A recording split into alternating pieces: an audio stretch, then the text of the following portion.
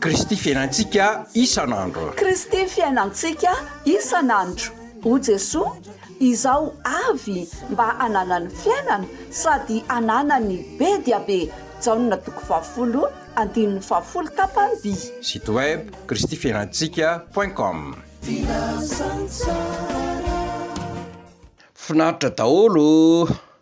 Salama ve? Mamangy anareo amin'ny anaran'ny tombondray izay. Iraka solon'ny Kristy isika. Araka ny Korintianina 1:5 ny andininy 20. Inona tsara hoe iraka solon'ny Kristy fa soavana be zany. Iza moa ianao no irahana isolo an'ny Kristy, fahavalon'ny Kristy fahiny, mpanota, mavesa-keloka, tsy nahalala azy, oloko azy tamin'ny fiainantsika, de novonjeny, nandray famelan-keloka, de irahany isolo azy. Mirerery ny iraka, mikabary hoe misolo tena amin'ny filoham-pirenena aho, na misolo tena ny minisitra aho, fa tsy afaka makaty izy. De faly ery ny iraka toy izany de omeny olona tehaka. Fa iza maniraka anao? Jesosy lay manana ny fahefana rehetra any an-danitra sy ety an-tany. De andavy enao? Sa hiteny hoe tsy mendrika aho, tsy mahavita aho? Miavonavona ianao dikan'izany. Na ny tena marina tsy mahalala an' Jesosy, tsy nandray famonjena de tsy mety irahana.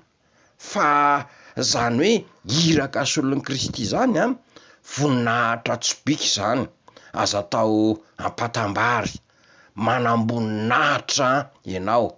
Iraka solon'ny Kristy noho izany mitondra tena mendrika an'izany hoe maha-iraka solon'ny Kristy anao zany, manana fiainana, manana fitondran-tena mendrika ny maha-iraka solon'ny Kristy anao. De tanterao ny fanomponao, de aoka ho hita ao aminao tokoa Jesosy, fa tsy hoe mifanohitra ny toetra sy ny fomba n'ilay mpaniraka sy ny irahana.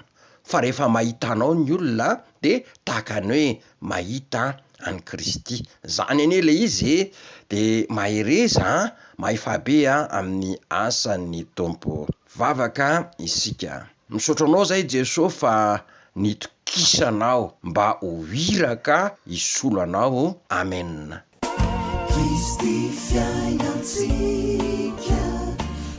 Kristy fiainantsika isan'andro. Kristy fiainantsika isan'andro.